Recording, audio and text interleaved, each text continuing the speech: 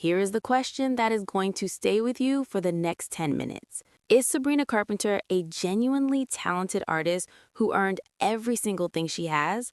Or is she a brilliantly calculated product designed to sell a fantasy to millions of people who never stop to ask that question? Because right now, in 2025, Sabrina Carpenter is absolutely everywhere.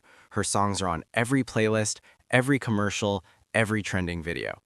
But very few people know the real story of how she got here. And trust me, the real story is far more interesting than the highlight reel. Today, we are going from a little girl performing in talent shows in Pennsylvania all the way to one of the most strategically brilliant pop careers of this entire generation. Let's get into it. Okay, so most people discovered Sabrina Carpenter sometime around 2024.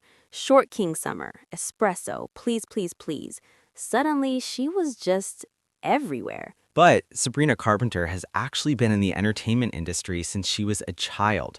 She was born on May 11th, 1999 in Quakertown, Pennsylvania, and from an incredibly early age, she was performing. We are talking about a kid who was entering local talent competitions at age 6, posting covers on YouTube at age 10, teaching herself how to perform by watching videos of her idol, Taylor Swift, on repeat. And here is the detail that I think tells you everything about who she is. At age 11, she sent a video audition to a talent agency, and instead of waiting to hear back, she kept making more videos. She did not stop, she just kept going. That is the mindset right there, that relentless forward motion that you cannot teach. And it paid off. She signed with Hollywood Records at age 13 and landed a role on Disney Channel's Girl Meets World. Which should have been the launch pad of her career. Disney Channel has created some of the biggest stars in pop music: Miley Cyrus, Selena Gomez, Demi Lovato. The formula was right there. But here's where the story gets really interesting. Because for Sabrina, Disney did not quite work out the way everyone expected. Girl Meets World ran from 2014 to 2017. She played My Heart, the best friend of the main character. She was good, the show was good, but it never reached the cultural phenomenon level that Disney was hoping for. And when the show ended, Sabrina found herself in a really difficult position that a lot of young artists face. She was known, but not famous. Recognized, but not a star. She had released music during the Disney years. Some of it was genuinely good, but it was all filtered through that Disney lens. Safe, polished, designed for a younger audience. And Sabrina knew that if she stayed in that lane, she was going to disappear. So she made a decision that was genuinely risky for someone in her position. She decided to completely reinvent herself. And this is where things started to get very interesting. The reinvention did not happen overnight. It took years of slow, deliberate repositioning. New sound, new image, new collaborations. She released Emails I Can't Send in 2022, and that album was the first real signal that something was changing. The music was more mature, more vulnerable, more her. But what really accelerated everything was something nobody could have planned, a love triangle that the entire internet became obsessed with. Okay, so let's talk about this, because it's impossible to discuss Sabrina Carpenter's rise without addressing it. In early 2023, it became widely reported that she was dating Joshua Bassett, who had previously been in a very public and very messy situation with Olivia Rodrigo. And Olivia Rodrigo at that point was arguably the biggest young artist in the world.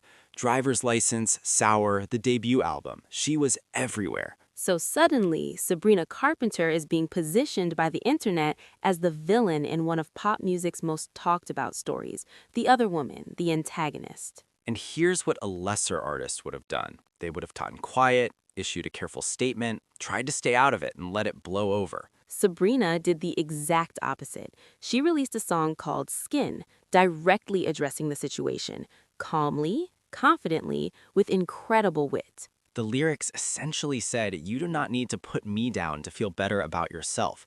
I'm comfortable with who I am." It was a masterclass in handling public pressure. She did not attack, she did not cry, she just stood her ground with complete self-possession. And the internet, which had been ready to cancel her, suddenly stopped and said, "Wait, who is this girl exactly? That moment was the turning point because it revealed something important about Sabrina Carpenter that people had not seen before. She wasn't just a performer, she was a strategist. But what happened next shocked even her biggest supporters, because the reinvention was just getting started. By 2024, everything clicked into place at once. The music got sharper, the image got bolder, and the song started connected in a way that nobody in the industry had predicted. Espresso comes out in April 2024, and within days, it's the most streamed song on Spotify globally. Not in its category, not for her age group, globally, #1. A song about being someone's obsession,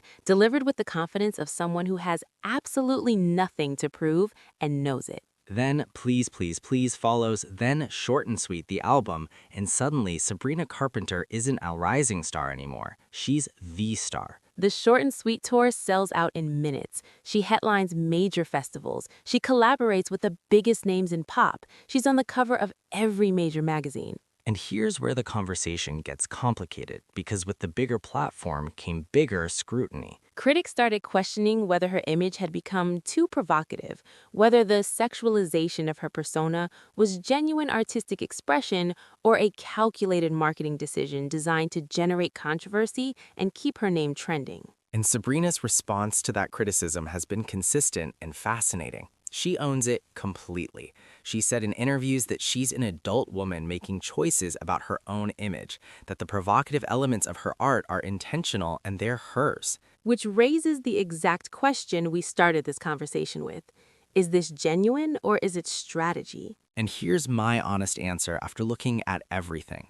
I think it's both. And I think that's actually the most interesting thing about her. Because the greatest artists are always both. They're genuinely expressing something real about themselves, and they're doing it in a way that's strategically designed to connect with an audience. Taylor Swift does it, Beyoncé does it, Madonna built an entire career doing it. Sabrina Carpenter is simply the latest artist to master that balance. So let's land this.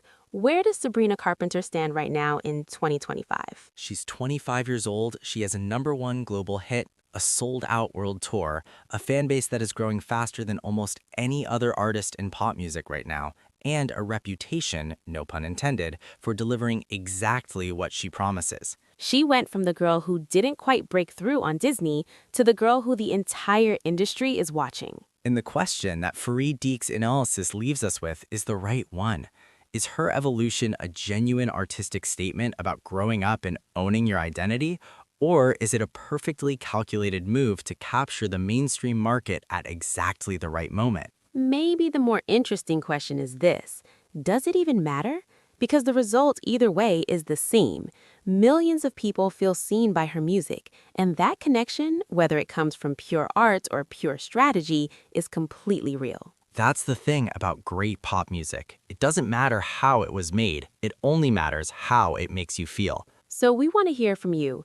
Do you think Sabrina Carpenter is the real deal, or is she the most brilliant marketing story of 2024? Drop your answer in the comments. And if you want to keep improving your English while listening to stories like this one, subscribe and hit the bell. We publish a new episode every week. We'll see you in the next one.